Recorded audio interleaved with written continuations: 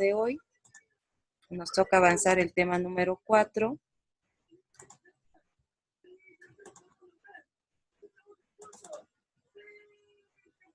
Muy bien.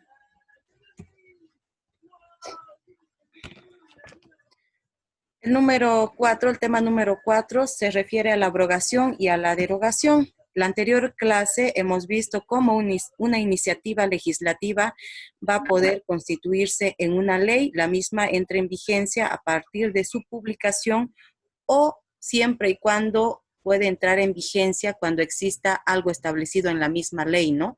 Porque en la misma ley puede decir que esa ley no va a entrar desde el momento de su publicación en vigencia, sino que entrará en una determinada fecha. Bueno, esto lo vamos a encontrar en el artículo 164 de la Constitución Política del Estado. Cuando la ley entre en vigencia, esta es obligatoria para todos los ciudadanos, para todos los habitantes de un país y tiene que ser respetada tanto por los gobernantes como por los gobernados, y mientras no sea abrogada ni derogada, tiene vigencia. Aquí ya cuando Jesús vino, dijo estas frases, ¿no? Yo no vine a abrogar la ley, dice.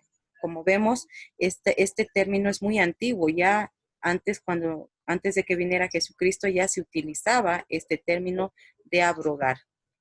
¿Cuáles son las diferencias entre estos dos términos? Muchas veces lo escuchamos que lo utilizan como si fueran sinónimos, ¿no? Pero no es lo mismo, y esta confusión se la escucha mucho en los medios de comunicación que hablan de abrogar y derogar como si fueran sinónimos. Pero ¿qué es abrogar? Abrogar es dejar sin efecto una norma jurídica, pero de manera total. Ambos, abrogar y derogar, dejan sin efecto una norma jurídica, pero la diferencia está en que la abrogación deja sin efecto una norma jurídica de manera total y la derogación deja sin efecto una norma jurídica de manera parcial. Abrogar proviene del latín abrogare, que significa abolición, anulación, renovación total de una ley, y derogación viene del latín derogare, que significa abolir, anular, revocar parcialmente una norma jurídica por otra posterior. Tanto la abrogación como la derogación pueden ser expresas o tácitas. En la expresa, la misma norma va a señalar expresamente que la nueva norma deja sin efecto la anterior. Y esto lo podemos observar, por ejemplo, en la Constitución Política del Estado del 7 de febrero del 2009, que tiene una disposición abrogatoria y claramente señala: queda abrogada la Constitución Política del Estado de 1967 y sus reformas posteriores. Es decir, cuando la abrogación es expresa, va a estar expresamente escrita en la nueva ley.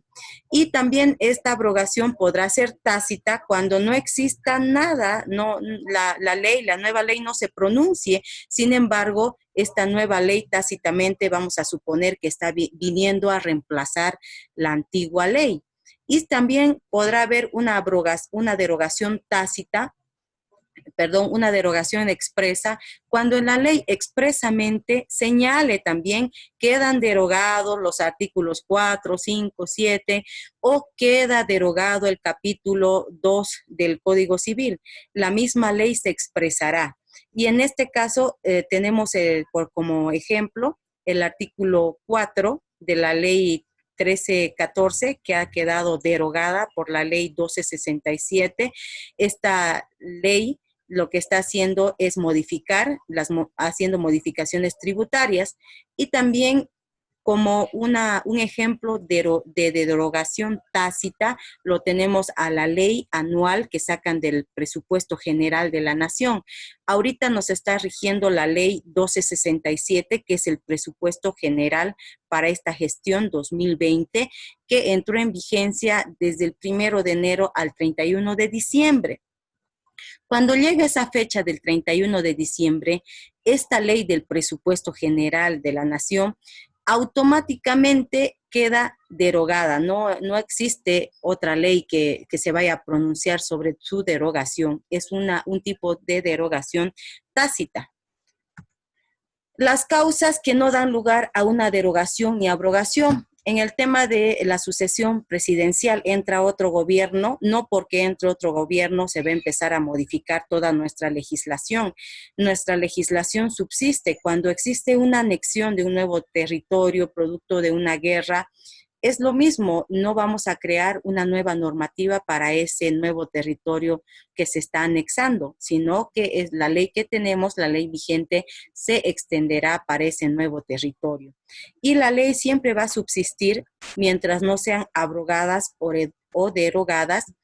Y también tenemos los referentes a las leyes generales y a las leyes especiales ante la derogación y abrogación. ¿Qué significa? Que ante una ley especial y una ley general, ¿quién va a tener preferencia? Una ley especial. Ejemplo de ley especial, nuestro Código Civil, nuestro Código de Familia, nuestro Código de Comercio, nuestro Código de Minería. Ejemplo de ley general, la Constitución Política del Estado.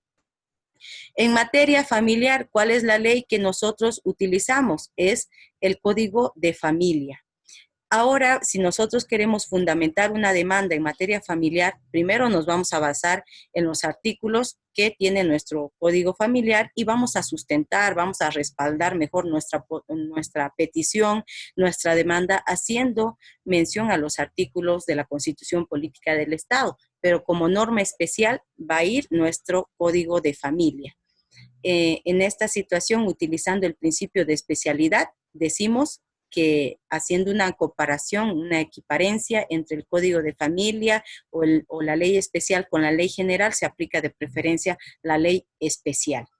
Con eso no estamos dándole la espalda a nuestra Constitución. Nuestra Constitución va a estar ahí siempre para respaldar nuestra demanda, nuestra petición, nuestra solicitud. La competencia para derogar será o abrogar será el mismo órgano que la instituyó. Si nuestra presidenta o nuestro presidente emite un decreto supremo, este podrá ser derogado o abrogado por otro decreto supremo emanado del órgano ejecutivo. Si una ley va a ser derogada o abrogada, esa ley ha tenido su origen en el órgano legislativo. Tendrá que ser abrogada o derogada igualmente por el órgano legislativo. El órgano que la instituyó es el llamado para derogar o abrogar una ley o un decreto. Esto lo vamos a encontrar en el artículo 158 de la Constitución Política del Estado, que nos habla ahí y que los integrantes de la Asamblea Legislativa Plurinacional tendrán esa facultad de abrogar o derogar una ley que ha emanado de ese órgano. El desuso, por más que sea una ley antigua, caduca, obsoleta, no significa que por el desuso va a quedar abrogada o derogada. Se necesitará que haya una abrogación o una derogación. Es decir, que esa ley antigua, esa ley caduca, seguirá vigente mientras no sea reemplazada o mientras no sea derogada o abrogada expresamente. De tal forma, vamos a concluir en el tema, está destinado específicamente a hacer una diferencia de la abrogación y de la derogación. No sé si se acuerdan ustedes de la ley 1005 de la gestión 2017, que era el nuevo código penal que iba a entrar en vigencia. Es más, ya entró en vigencia, solamente que empezaron a haber protestas, empezaron a haber manifestaciones, y en un momento dado, la Asamblea Legislativa Plurinacional decidió hacer una derogación de determinados artículos. Realizó esa derogación, volvieron a hacer las manifestaciones sociales, la iglesia, los médicos, el resto de los profesionales que pedían derogar más artículos. Entonces, al final, ante tanto descontento social, ¿qué hizo la Asamblea Legislativa Plurinacional? Tuvo que abrogar esa ley, toda la ley. Entonces, ahí claramente en este episodio podemos observar que en un momento se trató de subsanar esa inconformidad a través de la derogación, pero ante la insistencia y ante el descontento se tuvo que abrogar totalmente la ley 1005 del Código Penal. Hemos terminado el tema número 4. Voy a recibir